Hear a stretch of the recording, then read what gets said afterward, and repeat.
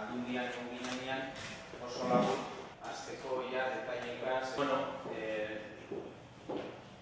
Egun hartan gabitu batzuk, zenbaki bat, eta hori agertzen da, bidea, itzartea, zer da, hori potoloena, baina hemen agertzen da, eta aplikatuz bi indikadore, on 6 eta on lau, deberían hiru bat.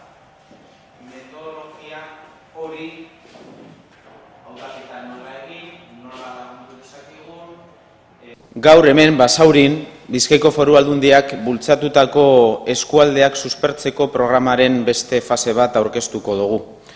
Eskualdeak suspertzeko programa honek helburu bikoitza dauka, batetik barriro lan merkatura sartzea, gehien behar daben pertsonak, hau da langabezian daudenak, eta bestetik negozio barri horrek udalerrietako enpresa egiturearen trakzio elementu barriak izatia.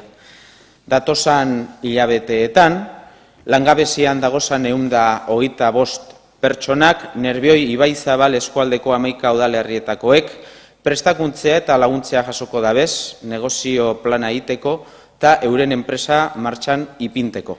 Cuando presentamos los presupuestos del año 2014, ya dijimos que incluíamos un fondo extraordinario de empleo dotado con 4 millones de euros, de los cuales 1,5 millones inicialmente se iban a destinar a actuaciones estratégicas en comarcas de Vizcaya para promover el empleo.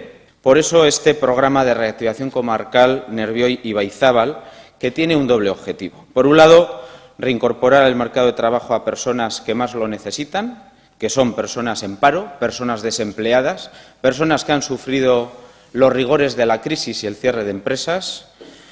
Y también queremos ayudar a la apertura de nuevos negocios, no solo que las personas paradas se reincorporen al mercado laboral, sino que también se puedan abrir nuevos negocios y que estos negocios algún día crezcan y puedan convertirse en empresas pujantes.